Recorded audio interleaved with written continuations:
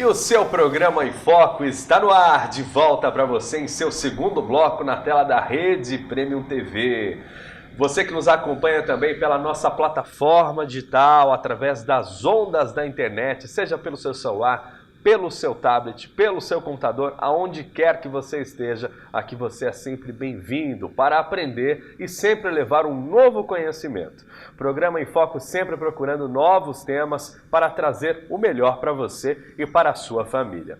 Estamos conversando com Ana Paula Pancieri, ela trabalha na área de coaching, é Master Coach e ajuda diversos profissionais a equalizarem os segmentos da sua vida pessoal, sua vida profissional e dentro dessas habilidades ela trazer sempre o melhor desenvolvimento. Está aqui conversando com a gente, explicando alguns conceitos do coach e também dando dicas valiosas para o nosso dia a dia. Ana, está contente de estar aqui com a gente? Muito agradecida pela oportunidade. Ótimo. Eu prezo que os convidados estejam sempre à vontade. Espero que você esteja aqui. Não, estou bem à vontade. Tá ótimo.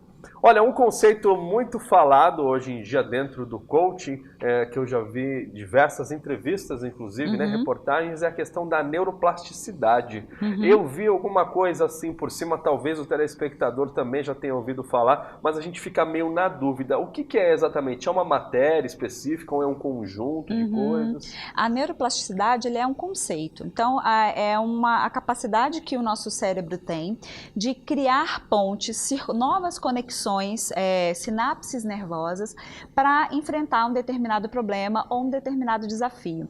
É a capacidade que ele tem de se modular, por isso a plasticidade. Então ele se modela, né, de formas diferentes de acordo com o desafio ou com o problema que acontece. Uma forma da gente talvez tangibilizar ou ilustrar isso de uma forma mais fácil é quando a gente, por exemplo, observa os atletas, os para-atletas, né? Então, esses atletas, eles têm limitações físicas e às vezes a gente até se impressiona, nossa, como aquela pessoa, eu esqueci o nome da modalidade do esporte, que são aquelas esferas de ferro que ele lança em grandes distâncias. Sim. Então, às vezes, é comum você observar atletas que não têm o braço, né, só tem parte do braço e conseguem fazer grandes lançamentos. E aí você se pergunta, né, nossa, como é que pode isso, né? Então isso é uma justificativa científica, a justificativa científica para essa capacidade, ela está dentro da neuroplasticidade. Então a neuroplasticidade é essa capacidade de novas conexões, novas sinapses nervosas para que o nosso corpo se module a uma determinada situação. Então veja, esse esportista, ele não tem né, a mecânica, por exemplo, de um braço que está íntegro, mas ele trouxe novas formas de condicionamento físico, é claro que tem todo um preparo, mas o cérebro ajuda nesse reposicionamento para que ele alcance esse determinado resultado.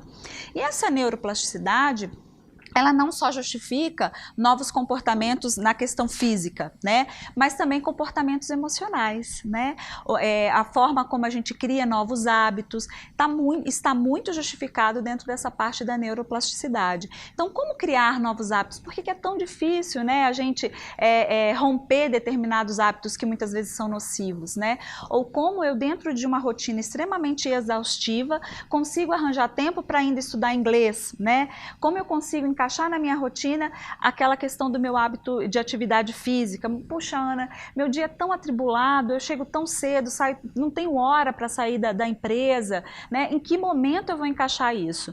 E aí, quando a gente vai fazendo uma retrospectiva, a gente vai verificando que existem alguns hábitos ali que são tomadores desse tempo. Então, será que não tem como eu administrar melhor esse tempo? E a gente vai quebrando essa agenda, vai quebrando como essa pessoa organiza o seu dia a dia e vai direcionando. Às vezes ela tem que pagar o preço, deixar de ficar menos nas redes sociais, né? A plástica cerebral acontecendo. Isso, né? Isso. E você tem algumas dicas de alguns livros que podem facilitar isso? Sim, na verdade, um livro que eu gosto muito que fala sobre essa questão do hábito e que tem como pano de fundo a neuroplasticidade é O Poder do Hábito, do Charles Duhigg. Legal. Né? Então ele tem inclusive outros livros, mas nesse livro aqui ele faz um compilado, né? Um compilado de diversos estudos científicos que explicam como a gente constrói um hábito, né? Então, na verdade, é mudar, né, esse hábito e depois, aliás, para ele se consolidar como um hábito, é importante que a gente faça uma manutenção. Dentro do processo de coaching é fundamental isso. Às vezes a pessoa traz uma proposta de como vai funcionar a sua agenda ou como ela vai encarar uma determinada situação, mas a gente tem que ter uma blindagem, ou seja, repetir aquilo, colocar à prova, até que de fato a gente tenha rompido um ciclo, né, e criado um hábito positivo para a vida dela, para que ela consiga os resultados. Inclusive tem alguns estudos que dizem que quando a gente pega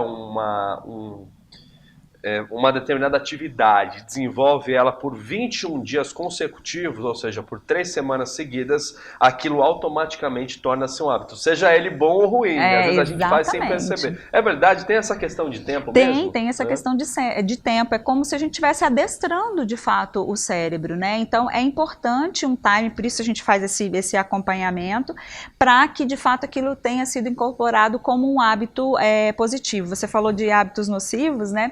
Eu já tive uma vez um relato de uma pessoa que precisava de melhorar os hábitos alimentares.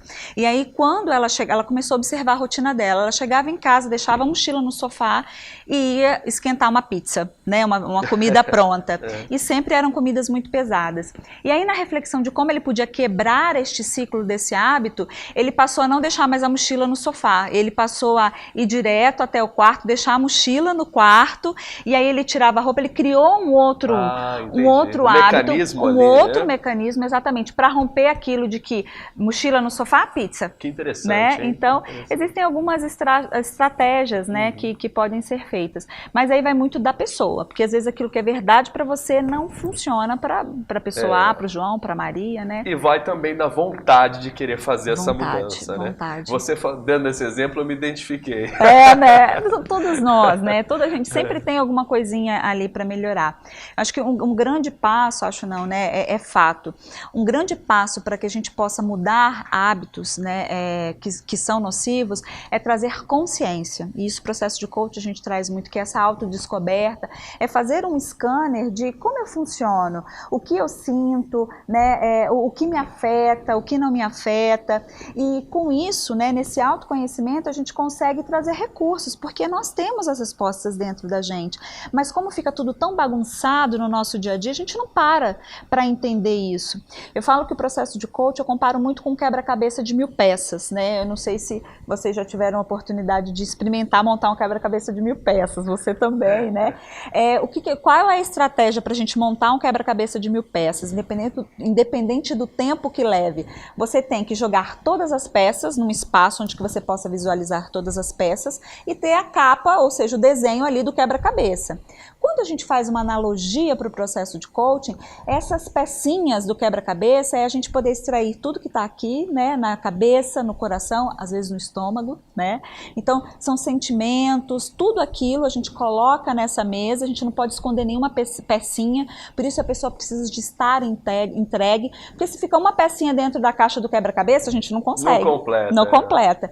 E por que a imagem, ou seja, a capa do quebra-cabeça? É a meta, é onde eu quero chegar. Então, eu consigo ter a visão do todo. E aí, quando eu olho para esses pequenos desafios, eles começam a fazer sentido quando eu vou associando eles à meta. Então, é uma analogia que eu faço do que é o processo de coach. E o profissional, o coach, né, ele tá ali para apoiar. Vamos lá, vamos tirar mais peça aí, tem mais peça aí, né? Vamos completar isso daqui que tá faltando alguma coisa. Exatamente. E quando a gente fala, né, do seu campo de atuação, do seu campo profissional, de um tempo para cá, muito tem se falado da onda do coach. Então a gente abre um artigo de revista, a gente encontra o coach. A gente lê uma matéria na internet, a gente encontra um coach. Estamos mudando de canal, colocamos no Enfoco, a coaching está lá falando com o Henrique. Verdade. Muito se diz, né, que teve a onda de certas profissões. Eu queria tirar essa dúvida com você. Aliás, tirar essa dúvida não, eu queria que você explicasse um pouquinho para a gente da importância do trabalho que você desenvolve. Sim. Né, e por que tantos profissionais estão optando por estarem na sua área hoje.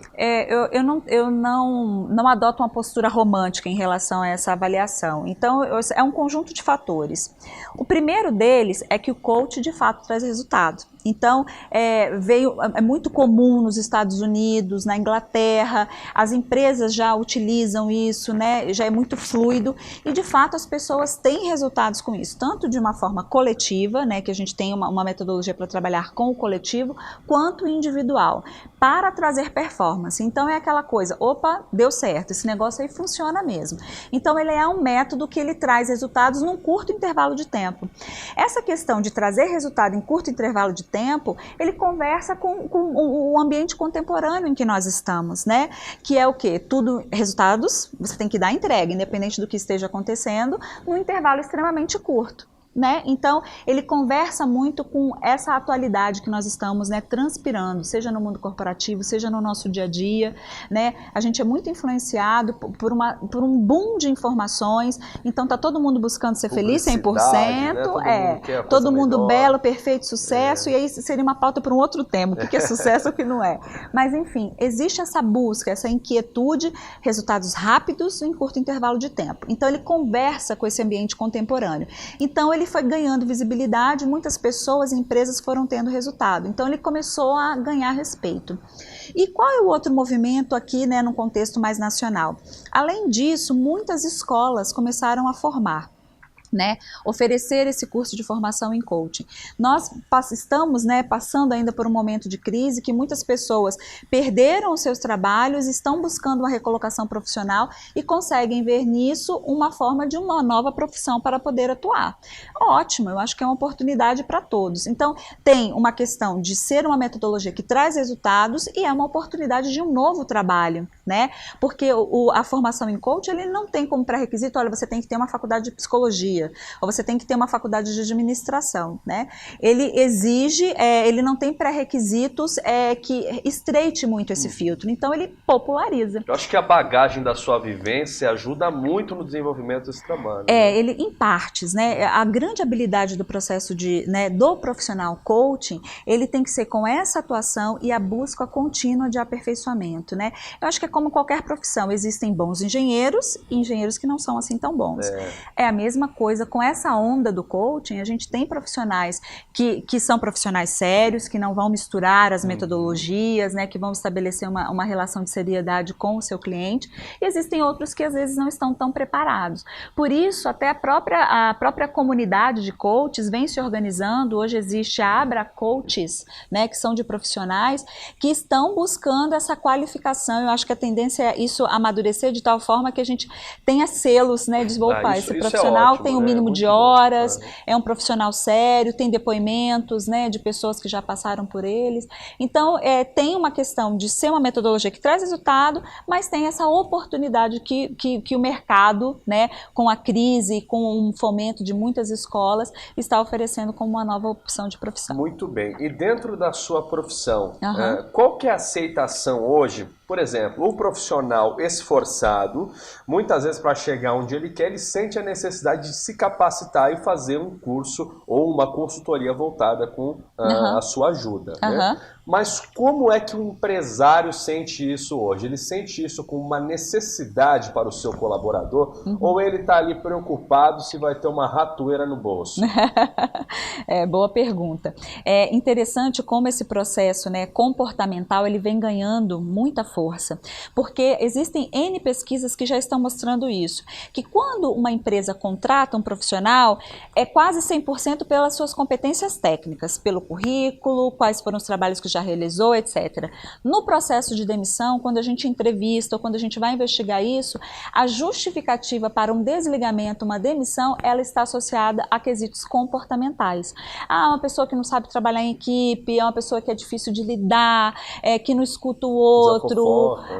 Então, aí você vê uma série de justificativas comportamentais. É verdade. Então, as empresas, né, vendo isso, poxa, então eu consigo, as questões técnicas, vamos idealizar uma fábrica de parafusos. Para operar uma determinada máquina, eu vou lá, treino, tenho um número de horas para poder treinar, ele acaba adquirindo as competências técnicas para trabalhar com aquela máquina. Mas é a questão de como lidar com o outro, o quanto ele é empático, o quanto ele tem competências para trabalhar em equipe, né? O quanto ele é comprometido com o propósito maior da empresa. E aí a gente tem uma série de questões. E aí as empresas estão vendo isso. Mais especificamente para a questão das lideranças, porque o líder, né, é o multiplicador desse propósito da empresa. Então é preciso de ter líderes engajados, que tenham esse fôlego de lidar com várias pessoas, estilos de pessoas diferentes. Existe um ponto que nós estamos vivendo agora, que é a convivência entre as diversas gerações. Então nós estamos convivendo com as gerações Baby Boomers, X, Y, Z, os millennials que a gente fala, que tem valores e linguagens muito diferentes. Vai dar pane no sistema. Então exige novas competências para essas lideranças. Então é aí que a metodologia coach, ela entra com alguma das suas ferramentas em treinamentos corporativos para desenvolver essas competências, justificando lá na neuroplasticidade. Então se você ainda não consegue fazer isso, olha, você é capaz de fazer. É uma questão de treino. Muito obrigado, viu, Ana, pela sua presença aqui no nosso obrigado programa. Vocês pela oportunidade de compartilhar. Se deixar, a gente vai falando. Fala muito bem, eu tenho certeza Obrigada. Que trouxe muitos conhecimentos para o telespectador que está em casa. Eu mesmo aprendi bastante. Obrigada. Eu quero agora que você deixe aí os seus contatos, tá? Sim. Infelizmente a gente não tem mais tempo. Sim. Então deixe suas formas de contato, rede social, para quem quiser te procurar, né? De repente aí uma consultoria ou tomar um café com a gente. Uma ajuda, socorro. Sim, sim, obrigado pela oportunidade. Então, se você estiver interessado de conhecer mais ou tomar um café com a gente para entender qual que é a sua demanda e como a gente pode ajudar, o nosso site é www.institutopansieri.com.br. A gente tem o Instagram também, @instituto_pansieri. Lá vocês conseguem, né, no link da bio, tem os nossos contatos, o nosso canal de contato, e-mail, telefone. A gente está extremamente aberto aí para conversar e entender a sua demanda. Caminhar aí para alta performance, não tem mais justificativa. Obrigado, Ana. Obrigada a você Sucesso pela oportunidade. Para vocês também, para o programa. Obrigado. Muito bem, nosso programa em foco agora vai para o seu intervalo e daqui a pouquinho no nosso terceiro bloco voltamos com um assunto muito legal para você também profissional, hein? Olha, você que trabalha aí com a área de vendas ou de repente com a área de marketing, quer ter um melhor resultado? A gente vai dar uma olhada nisso com carinho para você. Não saia daí que já voltamos.